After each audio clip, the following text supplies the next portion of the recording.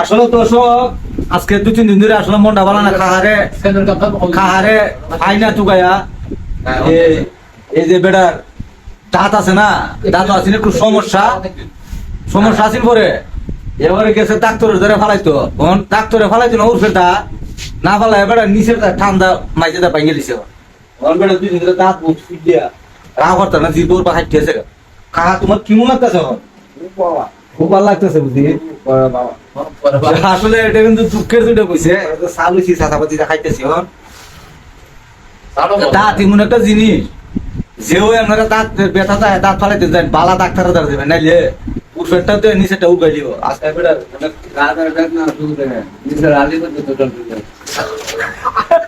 চিন্তা করো, চিন্তা হ্যাঁ এবার এরপরে যে পিঠে যে একটা প্রতিভা, মানে ফুর্তিটা এখনো গেছে না।